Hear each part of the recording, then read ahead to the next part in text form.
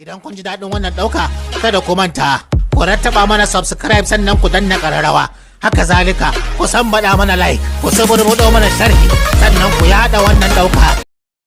Top best 10 movies of the week. Jama'a assalamu alaikum, barkanmu da yau, ya ibada, Allah ya amsa mana baki daya. Kamar yadda muke yin bayani, duk masu buƙatar su rinka samun zafafan fina-finai masu kyau da zarar sun fita ingantattu, kofa a buɗe take. Muna ajiye lambar wayar mu akan wannan bidiyo, sannan duk mai buƙatar yin kasuwanci da mu ko kuma ya rinka samun zafafan fina-finai na fassara da zarar sun fita, to sai ya ɗauka lambar wayar mu sannan ya bibiye mu, ko da a WhatsApp ne ya yi mana magana.